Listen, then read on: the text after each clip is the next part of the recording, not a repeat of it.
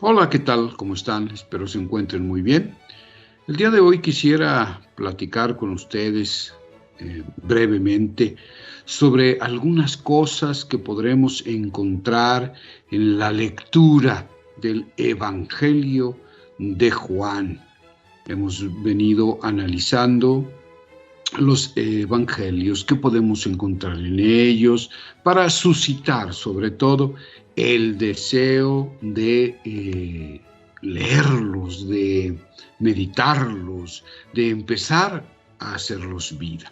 Y el día de hoy nos toca el Evangelio de Juan. Este Evangelio que fue escrito hacia finales del siglo I de nuestra era, allá más o menos por el año 95, el año 90, ya una vez que han sido escritos el Evangelio de Marcos, el más antiguo, en los años 60, 70 más o menos, los Evangelios de Mateo y de Lucas en los años 80, y 10 años después de estos dos evangelios, finalmente queda redactado definitivamente el Evangelio de Juan, escrito por algún discípulo de la escuela del apóstol San Juan, una escuela vinculada a la teología, a la perspectiva espiritual de San Juan, no necesariamente escrito por el apóstol, que ya para el año 95, los años 90, habría seguramente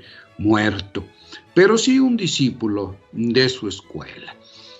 ¿Y qué podemos encontrar? ¿Qué podemos encontrar en este maravilloso evangelio? Primero, podremos encontrar una cristología muy depurada, muy avanzada. El Evangelio de Marcos, que fue el primero que se escribió, el más antiguo, empieza, por ejemplo, hablándonos de Jesús a partir de su bautismo. Para Marcos todavía no existe la reflexión, la explicitación del misterio divino de Jesús desde el momento mismo de su nacimiento. Para él, Jesús es constituido Hijo de Dios a partir de su bautismo.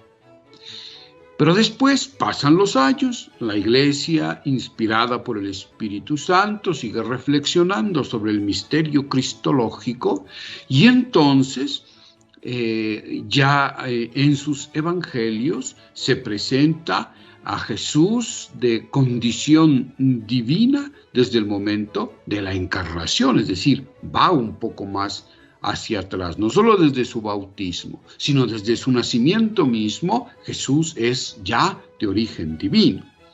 Pero siguen pasando los años, la reflexión continúa y entonces en el Evangelio de Juan se nos refleja una cristología mucho más avanzada, mucho más profunda, más depurada. Y ya en el Evangelio de Juan aparece este maravilloso prólogo en el que se nos revela la preexistencia del Verbo. El Verbo mismo es Dios. En el principio el Verbo estaba con Dios, era con Dios. Y el Verbo, claro, es Jesús de Nazaret, el Verbo encarnado. Y entonces así arranca el Evangelio de Juan, con un prólogo teológico. ¿Qué encontramos también? ¿Qué otras cosas maravillosas, extraordinarias encontramos en el Evangelio de Juan? Bueno, pues encontramos, por ejemplo, las bodas de Caná. Este extraordinario texto en el que se nos muestra teológicamente a través de una simbología maravillosa las bodas, ¿no? del Cordero, las bodas de Jesús con su pueblo, el Mesías que ha venido a desposarse con su esposa, con su prometida, que es la Iglesia, ¿no? Entonces, a través de una simbología maravillosa, este texto de las bodas de Caná nos revela de algún modo, desde alguna perspectiva, el misterio del Mesías. Después encontraremos extraordinarias afirmaciones de Jesús sobre su identidad mesiánica y divina, ¿no? Yo soy el pan de vida, yo soy la vida, yo soy el camino, yo soy la verdad. Afirmaciones que no encontramos en los evangelios sinópticos y que aparecen aquí con toda claridad. Es decir, nos reflejan ya una concepción cristológica de la Iglesia que ha reflexionado. Jesús ha muerto más o menos en el año 30 y tenemos aquí ya una reflexión de más de 60 años sobre el misterio de Jesús, que es un misterio complexivo, es un misterio densísimo que el Espíritu va poco a poco desplegando en la conciencia de su comunidad, que reflexiona y vive el misterio de Jesús. Tenemos también textos extraordinarios, por ejemplo, en la pasión o en la muerte misma de Jesús en la cruz, en donde Jesús aparece como absolutamente dueño.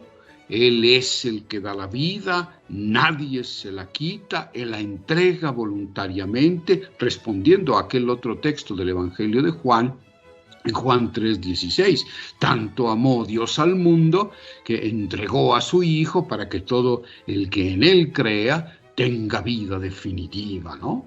Entonces en la cruz aparece esta entrega de Jesús, entrega voluntaria para salvación del hombre. Este Dios que en Jesús se nos revela como uno que no sabe darse por vencido, ¿no?